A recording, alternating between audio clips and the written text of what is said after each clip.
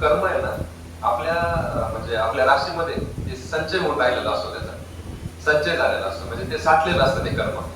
म्हणजे जसं काय आपण ते बी रोवलेलं आहे तिथं, आपण जे एखादं पाप कर्म केलंय तर पाप कर्माचं बी रोवलेलं आहे आपण, तर बीचा तो संचय झालेला आहे. ते बी आता तिथं फुलतंय वाढतंय, ते पूर्णपणे फळारूपाला नाही आलेलं आहे, पण ते तिथं आकार घेतंय, त्याला आपण संचय म्हणतो, संचित कर्म. मग जेव्हा ते आपल्याला भोगण्याची वेळ येते तेव्हा आपण काय म्हणतो, त्याला प्रारब्ध कर्म म्हणतो. प्रारब्ध कर्म म्हणतो म्हणजे जेव्हा आपण ते भोगतोय, आपण म्हणतो नाही माझं प्रारब्ध असेल, माझ्यावर वाईट परिस्थिती आली, वाईट काळ आला, तर आपण काय म्हणणार की हे माझं प्रारब्ध आहे, मग त्याला प्रारब्ध कर्म म्हणतो. म्हणजे आपण जे फळ भोगतोय आता सध्या माझ्या जीवनामध्ये, जर काही त्रास चालू असेल, काही त्रास चालू असेल, तर तो जो त्रास आहे त्याला आपण प्रारब्ध म्हणतो. प्रारब्ध म्हणजे जे संचित झालेलं जे आहे ते आता फळारूपाला आलं, तर त्याला आपण काय म्हणतो, प्रारब्ध. हे माझं प्रारब्ध कर्म आहे.